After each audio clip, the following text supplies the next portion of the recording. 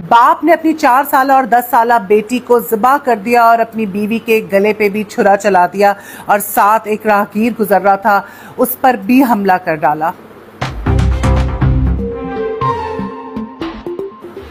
ये बाप कोई जाहिल बाप नहीं था, एक पढ़ा लिखा आदमी था और इसके हालात भी खराब नहीं थे। जब आप लोगों को वजह पता चलेगी कि इसने ऐसा क्यों किया तो आपके रोंगटे खड़े हो जाएंगे। आज मैं बैठी थी कि मैंने सोचा कि मुस्तकिल डिप्रेसिंग बातें हो रही हैं तो कोई इंटरेस्टिंग बात होनी चाहिए। एंटरटेनमेंट की दुनिया से कुछ चीज़ें डिस्कस करते हैं, बातें करते हैं मज़ेदार सेलिब्रिटीज़ के हवाले से, लेकिन मुझे मौका नहीं मिला।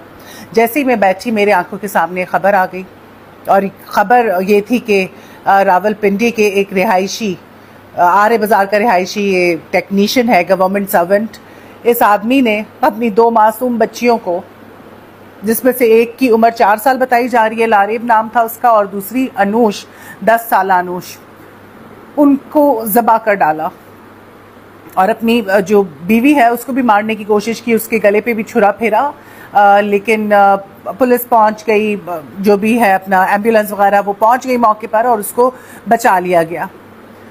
अभी नहीं पता कि वो बची है कि नहीं बची। I am so disturb that I can not even talk. अभी कोई आइडिया नहीं है। डॉक्टर्स कोशिश कर रहे हैं कि इस औरत को वो बचा लें, क्योंकि छुरा तो उसके गले पे भी उसने फेर दिया था, लेकिन उसको हॉस्पिटल मुंतकिल कर दिया गया। साथ एक राहगीर गुजर रहा था, उस पर भी हमला कर दिया। जरा सोचिए कि क्या हो रहा है।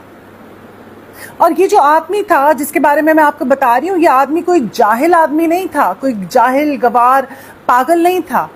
ये एक गवर्नमेंट जॉब करने वाला एक टेक्नीशियन, जिसके घर में रोटी भी थी, कोई मसले मसाइल नहीं थे, फाइनेंशियल क्राइसिस नहीं थे, सब कुछ ठीक था। बस बीवी के साथ लड़ाई झगड़ा था और उस लड़ाई झगड़े की वजह से दोनों बेटियों को ज़बा कर दिया। बीवी पे भी हमला किया, उसका भी गला काट दिया, लेकिन उसको बचाने की कोशिश की जा रही है। मतलब उसने अपनी पूरी फैमिली बर्बाद कर दी मिनटों में। फिर जब मैं बात करती हूँ मेंटल हेल्थ की, मैं लोगों से कहती हूँ, मैं एज ए कैंसर एडवोकेट काम कर रही हूँ, मैं पेशेंट्स को कहती हूँ कि यार आप लोग दवा खाएं, क्योंकि आप डिप्रेस हैं, आपको एंजाइटी है या आपको कोई मसला इस तरह का, तो टेक मेडिसिन। पूरी जिंदगी नहीं खानी, फॉर टाइम बिंग खाएं, जब तक मसला नहीं हल हो जाता। अगर आपको कोई दिमागी मसला है, मैं मेंटल हेल्थ के बारे में बात करती हूँ कि भाई अगर कोई प्रॉब्लम है तो टेक मेड्स। जिस तरह आपके जिस्म के दूसरे हिस्से हैं, उसी तरह आपका दिमाग भी तो आपके जिस्म का हिस्सा है ना। तो अगर दिमाग में कोई प्रॉब्लम होगा, केमिकल इम्बैलेंस हो जाएगा, तो आप क्या करेंगे? दवा खाएंगे। लेकिन यहाँ पे टैबू बनाया हुआ है, लोगों ने स्टिग्मा बनाया हुआ है कि नहीं, अगर हमने दवा खा ली, साइकाइट्रिस्ट के पास चले गए और डिप्रेशन के लिए हमने कोई दवा ले ली, तो लोग हमें पागल कहेंगे। बस सबको फिक्र है तो इस बात की कि लोग क्या कहेंगे।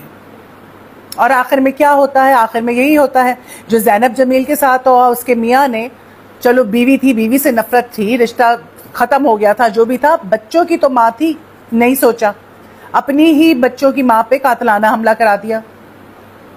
सानिया का केस देख लें, शौहर ने किस बेदर्दी से कत्ल किया। अभी कोई चीज सामने खुलकर नहीं आई है, लेकिन आप सोचे ना कि इसमें तो सानिया के पेरेंट्स का भी कसूर है। जब पता था कि वो आदमी पागल है, उस पर जुल्म सितम हो रहा है बच्ची पे, एक तो छोटी उम्र में आप ये कह रहे हैं कि जी इतना फोर्स किया और इतने अच्छे थे, इतने पीछे पड़े, तो हमने कहा कि बस कर दें। आपने बच्ची दे दी, तो बच्ची दे दी थी तो वापस ले लेते, बोझ थी क्या आप पे? अब आप जो है प्रोटेस्ट कर रहे हैं, पहले क्यों नहीं आपने एहतजाज किया? पहले क्यों नहीं शोर मचाया कि आपकी बच्ची के साथ गलत हो रहा है, उस पर तशद्दुद किया जा रहा है, उसके 2 बच्चे हो गए, वो इतनी मिजरेबल लाइफ गुजार रही थी, किस वजह से हो रहा है ये सारा कुछ? ये मेंटली इल हैं लोग, और ये they do not seek help. इनको मदद नहीं चाहिए, ये कहते हैं हम ठीक है, बाकी सब पागल हैं। यही ज़ैनब जमील के साथ हुआ, यही आयशा जहांजेब के साथ हुआ। लेकिन वही वाली बात है, अभी आयशा जहांजेब के जो हस्बैंड है, उनका जो स्टेटमेंट आया, उन्होंने मीडिया टॉक की, वो डिफरेंट बात कर रहे हैं। अब ये जो मुख्तलिफ खबरें हैं जिनके बारे में मैं 2-3 दिन से बात कर रही हूँ, ज़ैनब जमील के केस में तो पता ही है कि उस बेचारी के साथ बहुत ज्यादती हुई है, लेकिन अगर आयशा जहांजेब की हवाले से बात करें और हम ये सानिया वाली बात करें, तो यहाँ पे तो 2 रुख निकल रहे हैं। लेकिन सानिया वाली केस में आई एम श्योर, मुझे नहीं पता, कहा यह जा रहा है कि पोस्टमार्टम की रिपोर्ट ठीक आई, लेकिन ऐसा नहीं हो सकता। इस मुल्क में हर चीज हाथों से बनती है, पर रिपोर्ट भी उन्होंने तब्दील करा दी होगी, सब कुछ हो सकता है। पैसा फेंक और तमाशा देख, खरीद लो जिसको खरीदना है। तो अब इंसाफ उनको भी चाहिए। तो मैं सबको यही कहूंगी कि भाई जो मेंटल इलनेस या कोई भी आपको डिप्रेशन, एंजाइटी, कोई भी मसला है उसको ट्रीट करें। ये चीज़ें वरना मेंटल डिसऑर्डर में कन्वर्ट हो जाती हैं, फिर आप अपनी भी जान ले सकते हैं और दूसरों की भी जान ले सकते हैं। मुस्तकिल इस किस्म के वाक़यात हमारे सामने आ रहे हैं। कराची में एक बाप ने खुदकुशी कर ली क्योंकि हालात ख़राब थे, खाने के लाले पड़े हुए थे, छोटी छोटी बच्चियां। अब उन बच्चियों का क्या होगा? उसने बच्चियों को नहीं मारा, उसने खुद को मार लिया, अपनी जान ले ली कि चलो जान ही छुटे। इतने बुरे हालात हैं, लोग इतना सफ़र कर रहे हैं, इतने ज़्यादा फ्रस्ट्रेटेड हैं और इतने ज़्यादा डिप्रेशन का शिकार है। डिप्रेशन एक बीमारी है, एंजाइटी एक बीमारी है। अपने इर्द गिर्द देखें, हमदर्दी करें, आप इंसान हैं, देखें अगर आपको कोई परेशान हाल नज़र आ रहा है, कोई डिप्रेस है, किसी को एंजाइटी है, तो प्लीज़ उससे जाके बात करें, उसकी हेल्प करें, उसको बोलें कि जाके डॉक्टर के पास जाए या उसको डॉक्टर के पास लेके जाए, उसको फोर्स करें, वरना ये सारे वाक़यात जो हैं ये दुगने तिगने हो जाएंगे और हो रहे हैं। मुस्तकिल इन वाक़यात की तादाद जो है वो बढ़ती जा रही है।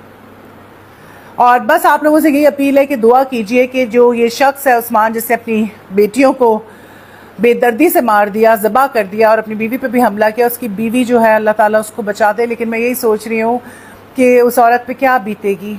दो बच्चियाँ खो दी, किस बेदर्दी से उस इंसान ने उन बच्चियों को मारा। यहाँ पे मैं आप लोगों से इजाज़त लूँगी और यही कहूँगी कि प्लीज़ दुआ करें अपने लिए, अपने मुल्क के लिए। अल्लाह से दुआ कीजिए कि अल्लाह ताला रहम करे हम सब पे और बस हालात ठीक हो जाएं, क्योंकि हालात दिन ब दिन ख़राब होते जा रहे हैं।